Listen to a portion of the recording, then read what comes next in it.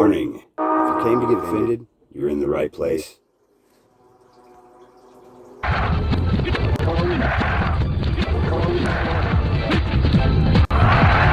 new world order. A new world order. Psychological warfare has been waged against America for much of this century. This war for the mind of the public has been facilitated by the emergence of mass media and the transformation of American education by behavioral psychologists. In the book 1984, George Orwell warned that people were in danger of losing their human qualities and freedom of mind without being aware of it while it was happening because of psychological, emotional, and intellectual manipulation. Mind control. Mind control in America. What the conscious mind believes, the subconscious acts on. It works like programming a computer. Information is fed into a computer, and the computer acts on it. However, if the information fed into the computer is wrong, it still acts on it. If a person believes something that is not true, the memory banks of the subconscious mind do not correct the error, but act on it. The theory of cognitive dissonance holds that the mind automatically and involuntarily rejects information not in line with previously accepted thoughts and beliefs. Many of the things that people believe are never questioned, especially when the information has come from a reliable source. It becomes easy to lose sight of why people believe some of the things that they do. Unser Führer, Adolf Hitler, dich!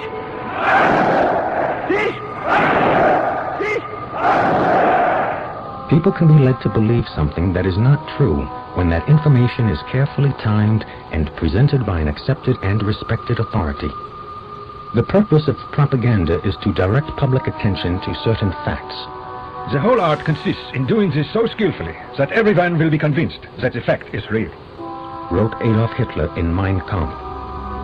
To be effective, propaganda must constantly short-circuit all conscious thinking and operate on the individual subconsciously. The principles behind the big lie of propaganda are the same principles of mind control, hypnotic suggestion, mental programming, distraction, and repetition. Distraction focuses the attention of the conscious mind on one or more of the five senses in order to stop conscious thinking, thus producing a state of mind that is similar to daydreaming. Think of the times you have caught yourself staring blankly at the television screen, losing all sense of time and place. When you stop conscious thinking and your mind goes blank, this is the hypnotic state of mind. This altered state occurs naturally, but can also be induced by clever manipulation. Think of the times you have seen flashing words in TV commercials.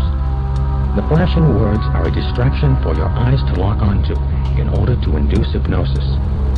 The purpose of this is to reduce any resistance to the message by stopping all thought and analysis. Watching television often produces an altered state of consciousness. Though not consciously perceived, the television screen, while appearing static, actually flickers. Any repeating light or sound pattern can lead you into an altered state.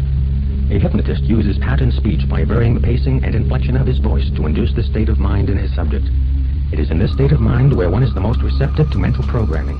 Whether or not the information takes hold in the mind depends on two factors: trust in the source of the information and repetition of the message. Trust in the source of the information induces acceptance of the message as true, even if it is not understood. Repetition of the message embeds it in the subconscious so that acceptance of its truth and accuracy becomes a conditioned response.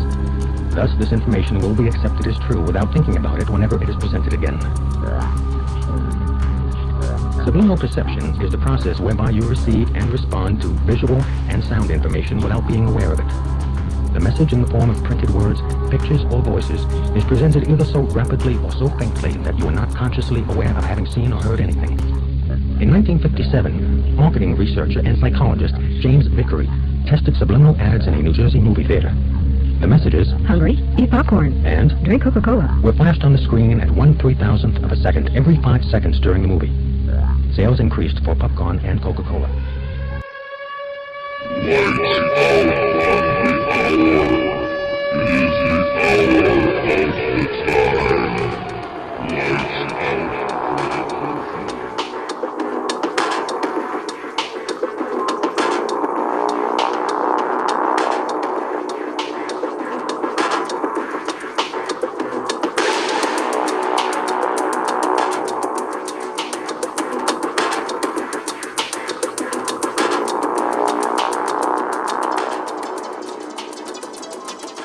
The mysteries definitely came from the East, and the East in the mysteries still survives today. When one Freemason greets another and he's not sure if he's really a Freemason, he'll ask him if he's a traveler, or if he's traveling, or if he is a fellow traveler. All, I might add, were the same code of identification used by the Communist Party in this country, because communism and the mysteries are the same entity as are socialism and the mysteries. When they meet, and this exchange takes place, the one being queried if he is indeed a member of the mystery religion will say, yes, I'm a traveler, to which the first, or the inquirer, will respond with, where are you going, or where are you traveling? From where to where? And the answer will be from west to east. For the east is the position of the rising sun, where the knowledge comes from. Who's your political hero? This is not an ass-kicking or ass-kissing contest. But I have to say, because I've lived it and watched it and know the facts, Donald Trump's my political hero because he's delivered common sense nationalism, prosperity, stood up against the deep state, and has been so attacked that I'm a fellow traveler, to use a communist term. I have experienced the hate he's experienced at a lesser level, and I have not seen other people that are willing to take those attacks. Just absorb the fire. Just absorb it, so you have to admire him. But other than that, it'd have to be, somebody like George Washington or the folks that were in England that got slavery banned in most of the world, even though the West is accused of creating slavery.